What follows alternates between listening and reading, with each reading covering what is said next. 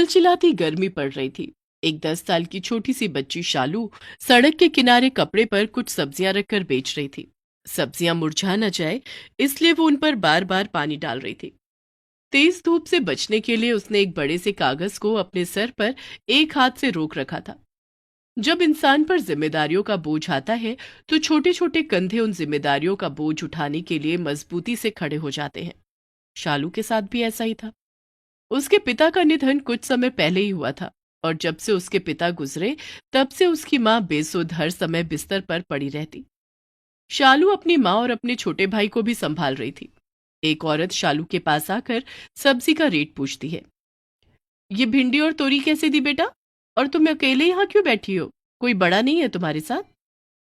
भिंडी तोरी 30 रुपए किलो। अरे तुम तो बड़ी महंगी सब्जी दे रही हो। नहीं नहीं मेम साहब, सब्जी का यही रेट चल रहा है।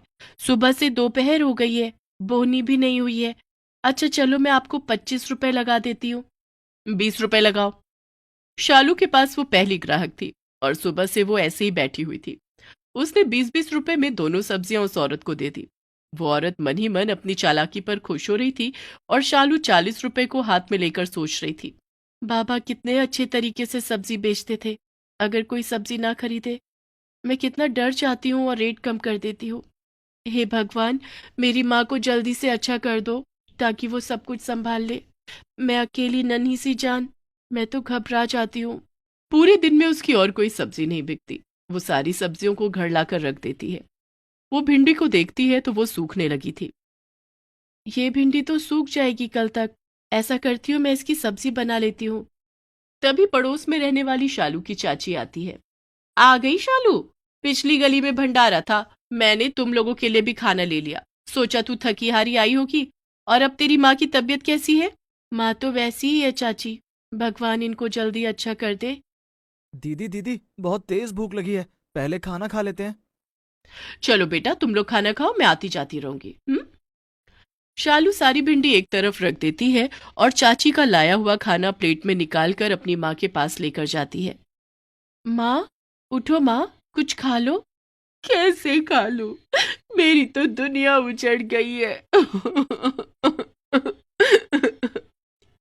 माँ, तू जल्दी से अच्छी हो जा। जब लोग आकर सब्जी खरीदते हैं और मैं डर के मारे दाम कम कर देती हूँ, मुझे तो कोई मुनाफा भी नहीं हो रहा। तेरे बाबा होते तो सब कुछ संभाल लेते। पर माँ, बाबा तो नहीं है, तो क्या अब हम हमेशा ऐसे ही रहेंगे? ये सुनकर शालू भी रोने लगती है और अपने छोटे भाई को गले लगा लेती है। अगले दिन सुबह शालू देखती है कि वो सारी भिंडी सूख गई है। हे भगवान, ये तो बहुत बड़ा नुकसान हो गया। कमाई तो कुछ भी नहीं हुई। मैं और भिंडी कैसे खरीद कर लाऊंगी? ऐसा करती हूँ, आज भिंडी को छोड़ देती हूँ, बाकी सारी सब्जियां ले जाती हूँ। नन्ही सी शालू सारी सब्जियां अपने सर पर रखकर वापस उसी जगह पर कपड़ा बिछाकर उस पर लगा देती है और सब्जी खरीदने वालों का इंतजार करने लगती है। आज थोड़ी बहुत सब्जी उसकी बिक जाती है। शाम को जब वो घर आती है तो सूखी हुई भिंडी को देखती है।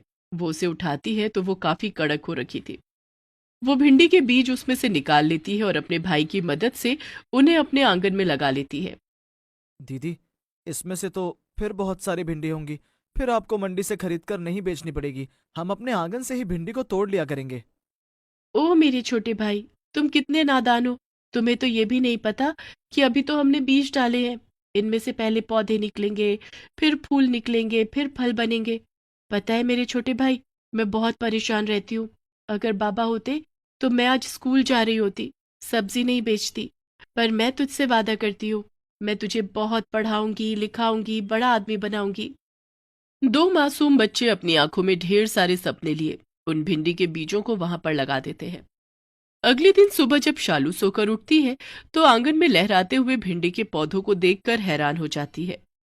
माँ माँ, छोटू छोटू, देखो हमारे आंगन में भिंडी के पौधे निकल आए हैं और इन पर कितनी सारी भिंडी लगी हुई है।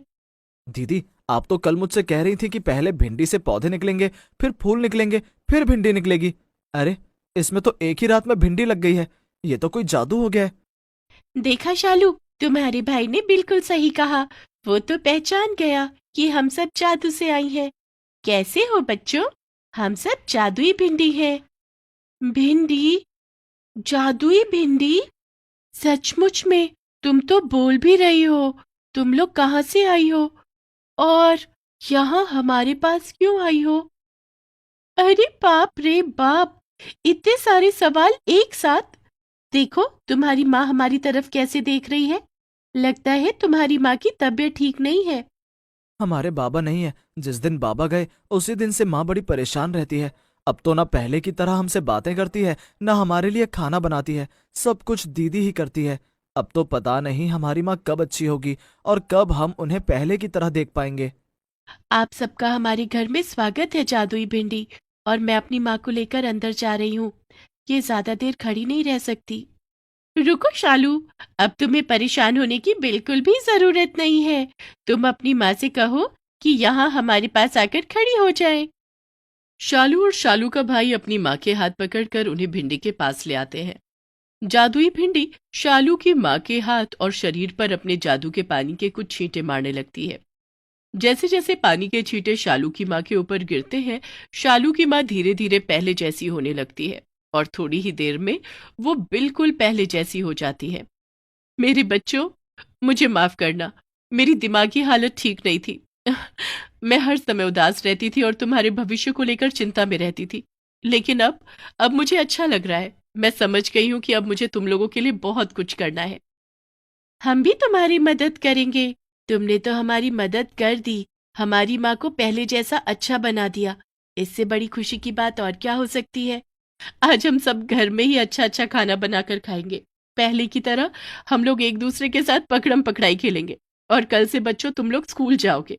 सच में माँ, इससे खुशी की बात तो कोई और हो ही नहीं सकती। पर माँ, तुम क्या काम करोगी? हम बताते हैं माँ को क्या काम करना चाहिए। तभी वहां पर ढेर सारी ताजी ताजी हरी हरी भिंडी आ जाती हैं। इतनी सारी भिंडी देखकर शालू, उसका भाई और माँ हैरान हो जाते हैं। सोच क्या रहे हो? इन सब भिंडी को तुम बेच देना और बाकी तो हम लोग बैठे ही हैं, कुछ भी कर लेंगे।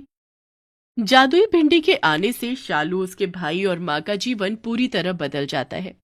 दोनों बहन भाई अब वापस स्कूल जाने लगे थे।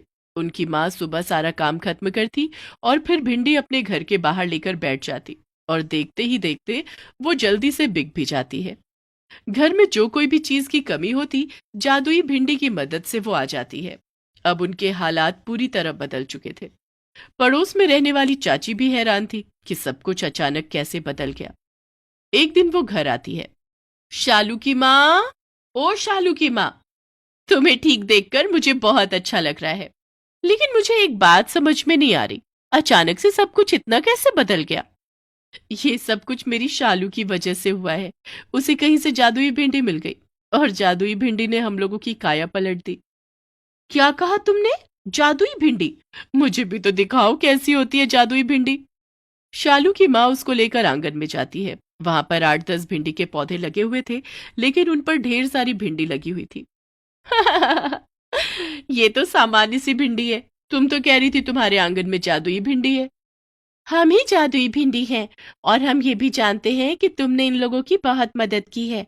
तुम्हारा बहुत बहुत शुक्रिया। ये कहकर जादुई भिंडी एक सोने का सिक्का उसके हाथ पर रख देती है। मैंने बुरे वक्त में इन लोगों का साथ दिया, तभी मुझे उसका इनाम मिला है। मैं बहुत खुश हूँ। इन्होंने बहुत बुरे दिन देखे हैं। तुम इनकी मदद करती रहना जादुई भिंडी। चाची के मन में किसी भी प्रकार का लालच ना देखकर जादुई भिंडी बहुत खुश होती है और 2 और अशर्फियों उसे इनाम के तौर पर देती है। वो खुशी खुशी वहां से चली जाती है। अब शालू और उसके परिवार की सभी जरूरतें जादुई भिंडी पूरा करने लगती है। देखते ही देखते समय बीतने लगता है। दोनों बच्चे बड़े हो जाते हैं। शालू की शादी का समय आ जाता है और उसके भाई की एक अच्छी जगह नौकरी लग जाती है। एक दिन शालू जादुई भिंडी के पास जाती है। मैं जब छोटी थी, मुझे नहीं पता कहाँ से और कैसे तुम लोग मेरे पास आए और तुमने हम लोगों का जीवन बिल्कुल बदल दिया। मैं तुम लोगों से बहुत प्यार करती हूँ और तुम्हें दिल से धन्यवाद देती हूँ। तुम्हारा प्यार देखकर हम लोग तुम्हारे पास खुद ही चले आए और इतने सालों से हम देख रहे हैं कि तुम लोगों ने कभी भी हम लोगों का गलत फायदा नहीं उठाया। इसीलिए तो हम तुम लोगों के साथ हैं। आगे भी इसी तरह मेरी माँ और भाई का ख्याल रखना। शादी के बाद मुझे तो दूसरे घर जाना है। हम जानते हैं कि तुम्हें एक अच्छा परिवार मिल गया है। लेकिन शालू, भूलना मत कि हम भी तुम्हारा परिवार हैं। अब हम कभी तुम्हें अकेला नहीं छोड़ेंगी। उसके बाद शालू की शादी धूमधाम से हो जाती है। जादुई भिंडी आज भी उसके परिवार का उसी तरह ख्याल रखती है।